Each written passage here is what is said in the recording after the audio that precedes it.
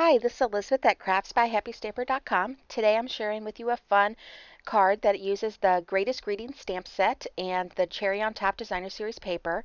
I made this card for a stamp club and it just happens to fit in perfectly with this week's Stamp Ink Paper Challenge, which you can see the sketch here. And I'm just going to jump right in. All the measurements are on my blog, so you don't have to worry about writing those down really fast, but I'm starting with a traditional card base that is 4¼ by 11, scored at 5½, and that's just basic black. My next layer is Bermuda Bay, and it is 4 by 5¼ and then the Cherry on Top DSP is going to be 3 7/8 by 5 1/8. So I'm speeding through this because it's not like you can do it along with me anyway, so I'm just showing you how I put together the card. Then I needed two basic black mats that are 2½ by 3½, and then two pieces of Designer Series paper. I went with a Bermuda Bay piece and a crushed curry piece, and those are both 2 3/8 by 3 3/8. And then, of course, I needed a Whisper White panel for the inside of the card that is just 4 by 5 1/4. So I haven't designed this card before I made the video. So right now I'm just putting all the Designer Series papers on their mat because I knew that that was going to happen no matter what the card design ended up being. So that's what you see me doing now. I like to use liquid Tombow glue because it gives you a little bit of time to wiggle the papers together and make sure that you have an even border on all sides of the paper. I see lots of people in YouTube videos use snail adhesive, but I am not good at lining it up perfectly like that. So as I said, I did not design this card first. So you can see me here just moving things around, trying to decide what I liked, what I didn't like, as I make some decisions. And although I hadn't decided what to do with the top panel, I did decide that I liked the way the Bermuda Bay looked in the center of the card. So the see, I'm still flipping things around here, but pretty soon you'll see. So I decided to go ahead and glue the Bermuda Bay DSP panel down in the exact center of the card front. And the top piece, the Crushed Curry Designer Series paper, I was trying to decide if I wanted it horizontal or diagonal, and if I did it diagonal, what degree, but eventually I decided that I was going to try to match up the slant as the same as the Designer Series paper that's below it in Bermuda Bay. I don't know that anybody would notice, but my OCD tendencies appreciates that those diagonals are the same. So I love this stamp set, The Greatest Greetings. I love the scripty sayings in it. It has so many fun greetings. And I decided to stamp the sentiment, Hooray, it's your day, I think is what it says, in Bermuda Bay. And I'm just stamping it on Whisper White cardstock. The reason why I'm stamping it on a large sheet is because I wasn't sure the thickness I would need for this sentiment.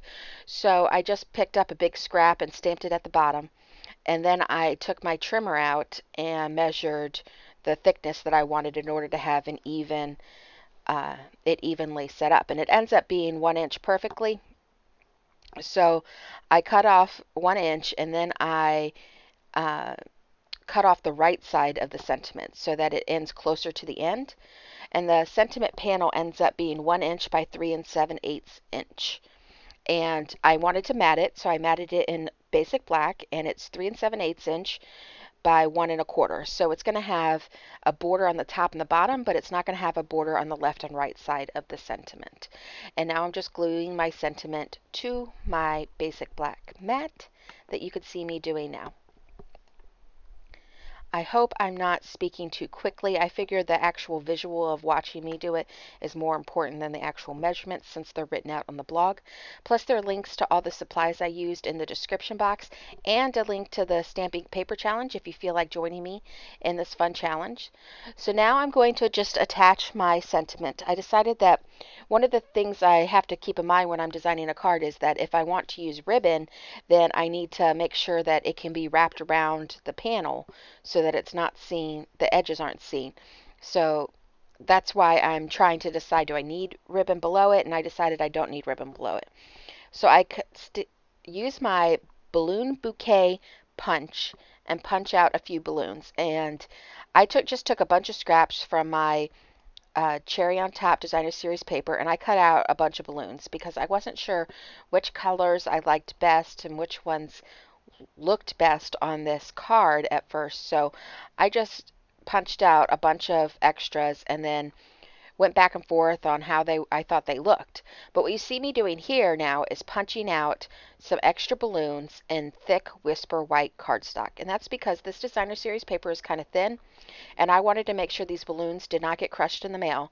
So I am backing them with Whisper White, thick Whisper White cardstock, so that they are going to be very sturdy balloons. I actually learned this trick from my friend Kathy Roddy, who is my upline, and she showed us one week in Stamp Club that how much more sturdy this is. So I decided to take her advice and do it myself. And you can see me testing out some other colors because I didn't like the ones I had down there. And I decided it needed a little pop of color. So I got this, I think this is Watermelon Wonder, this color. Even though I don't use this anywhere else in the card, I think it really looks good to have that pop of pinkish red in the balloon. And you can see me just gluing the white backings to the Cucumber Crush and Watermelon Wonder small balloons that I'm going to put there on the left side.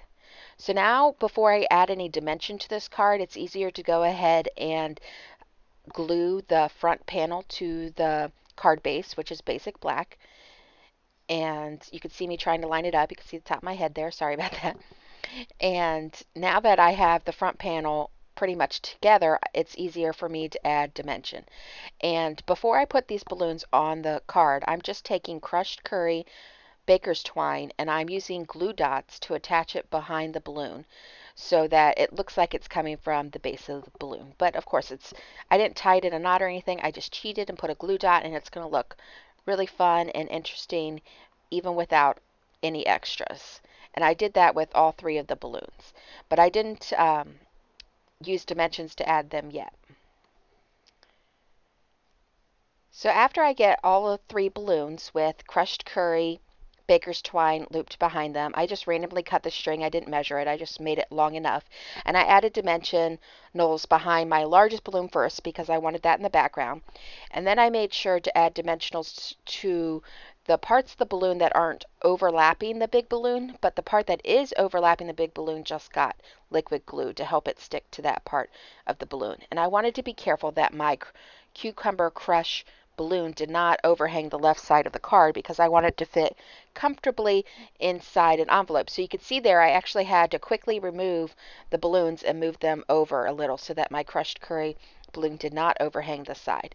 Now once I attached all the balloons, I was able to use a glue dot on the edge of my scissors there and put them together at the bottom of my sentiment, and that glue dot is actually going to be hidden right after I make a bow using the same crushed curry baker's twine at the base of where those three balloon ties come together. You can see me making a bow, and actually I did that bow incredibly fast. If you know me at all, you know that I really struggle with bows, and it usually takes me forever, but that wasn't too bad. And then I just made all the cards baker's twine sit at the bottom.